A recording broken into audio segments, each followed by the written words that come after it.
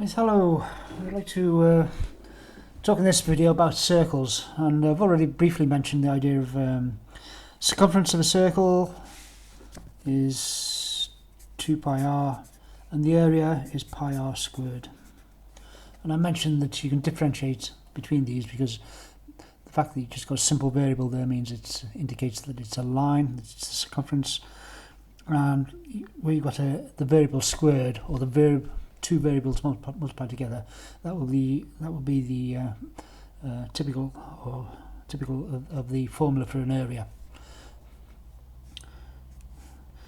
Strictly speaking, the circumference is pi d. I mean, that's just an alternative form, pi times the diameter. But conventionally, you probably mostly meet it in this form, twice pi times the radius, which is obviously identical form. Now, there's a couple of formal definitions for some properties. There's a line like that would be a chord, and that area there would be a segment.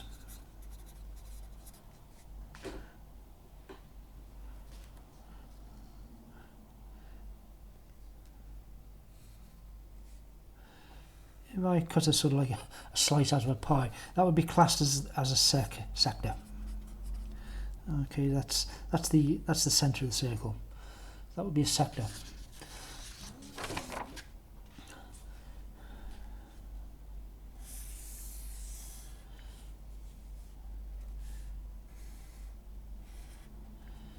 If you were to find the area of that sector, then you get up a ratio of the angles. You get up a ratio of angles and then multiply it by pi r squared, which is pi r squared is the area for the whole bit. But I don't know. Say that was 60. That angle there. That's 60. Now the angle of the whole thing, if you like, is 360. If I start there and I go right round, come back to where I started from, then I've gone through an angle of 360. So you consider that if I can state it like that in a hand waving way, the angle of the centre of a circle is 360. So what I'm saying is that if you get up a ratio of that angle to the effective angle of the entire circle, and then multiply it by the area of the entire circle, you'll get the area of this sector. So 60, I'll use the blue, 60 times 360, okay, that's the ratio of that angle to the angle of the entire circle itself. That's the ratio, and then I'll multiply that by the area of the entire circle, and that will give me the area of this sector. Well, that's quite a common concept, not just through circles, but through mathematics generally. If you get some sort of ratio and then multiply it by the formula for the whole, if you like. I mean, that's stated in a very hand-waving way, but perhaps you might recognise it when you come to it. But what I'm saying is that a lot of people do a bit of a ad hoc sort of calculations when they come to things like this, and they get the right answer maybe, but it's all quite messy. So just bear that in mind.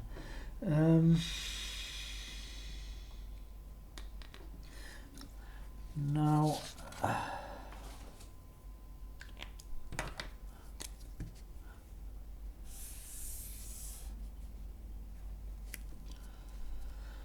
if I consider 2 points here, A, B, I can consider that as a chord, if you like, or just 2 points. I'll call it A, B.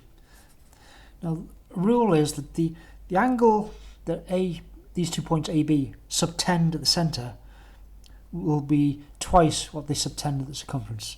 So what do I mean by subtend is that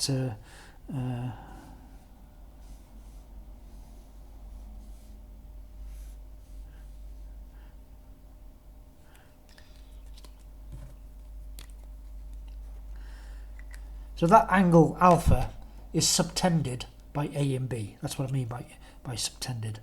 So the angle that they subtend at the circumference beta. What I'm saying is that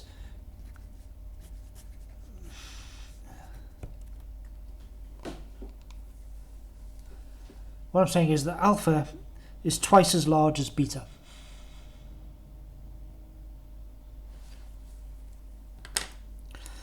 Now realise that what we've got here is that A and B can only subtend one angle at the centre, but it can subtend many angles at the circumference. So if I had a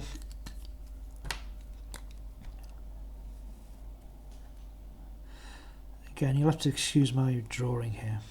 These are intended to be straight lines. But that angle would be beta as well. So any angle that A and B subtend at the circumference will be identical. And that angle will be half of what it subtends at the centre.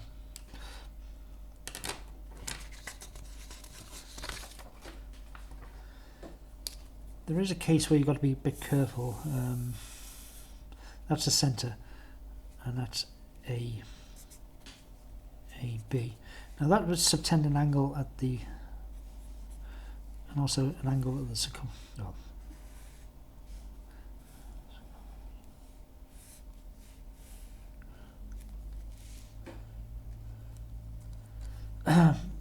Now this rule still works, but you have to take, because A and B are sort of above the line of diameter, if I can put it like that, the angle that you're going to have to take into account is this one here.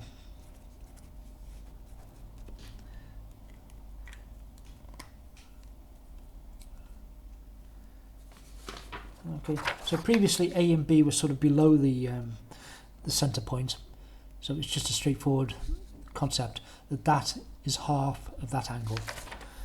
Here, because A and B are above the centre point, you have to take that angle and say that that angle is half of this angle.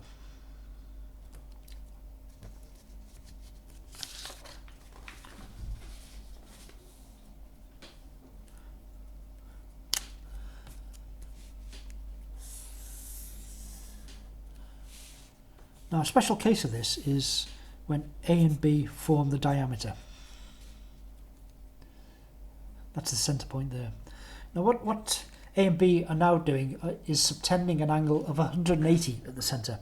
You know, it's a bit like it's slightly, well, it's not artificial, but it's a bit like what I was talking about, the angles at the centre of a circle being 360. The angles on this straight line is 180. I mean, when I look at it specifically, that is definitely 180. So applying the same rules, that will subtend a right angle at the circumference.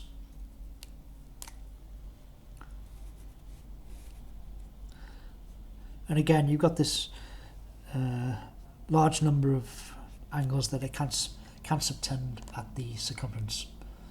Okay, so the rule is, for this special case where A, B are the opposite ends of a diameter, then A and B will subtend a right angle at the circumference.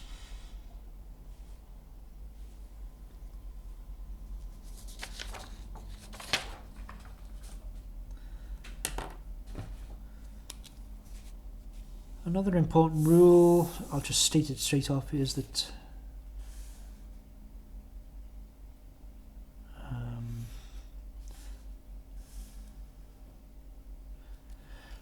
when you've got a quadrilateral which can be inscribed inside a circle, I mean definitely not all quadrilaterals can have a circle drawn right round them, but when this does happen, opposite sides will sum to 180. So that's just a rule.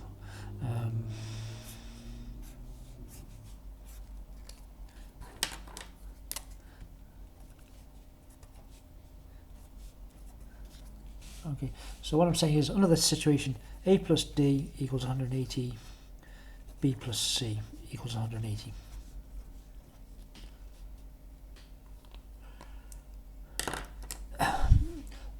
basically what you got there, the proper name I should have used was cyclic quadrilateral. A quadrilateral that can have a circle drawn right round it, like this. Now, just finish off by talking a bit about chords. There are a couple of properties about chords.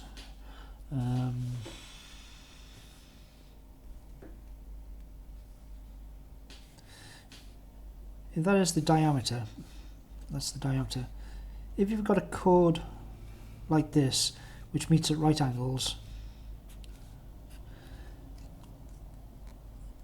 then the diameter has split that chord into two equal parts. Okay, that might seem fairly obvious, but that's stated formally anyway.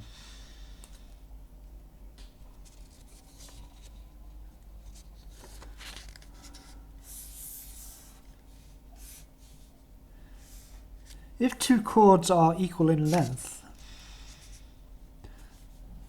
then they are the same distance away from the centre point. If I define the distance like that, okay?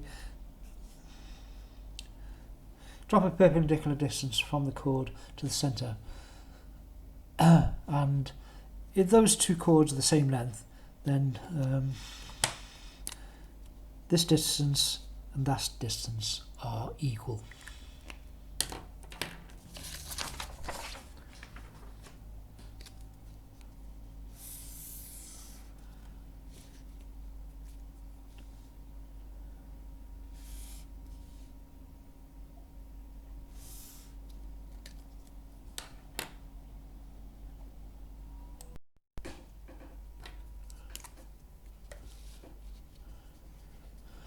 When two chords intersect,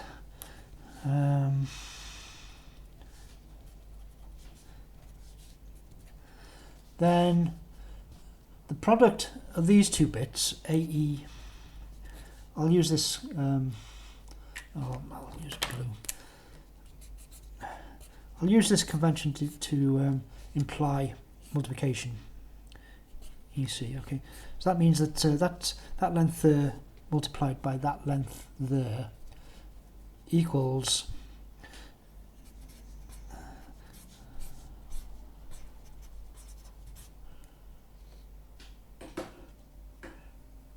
okay, that length there multiplied by that length equals that length multiplied by that length.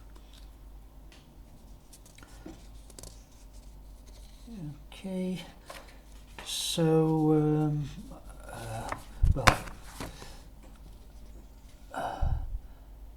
okay, I was going to talk about a special case of that, but I'll probably just leave that for the moment till later on.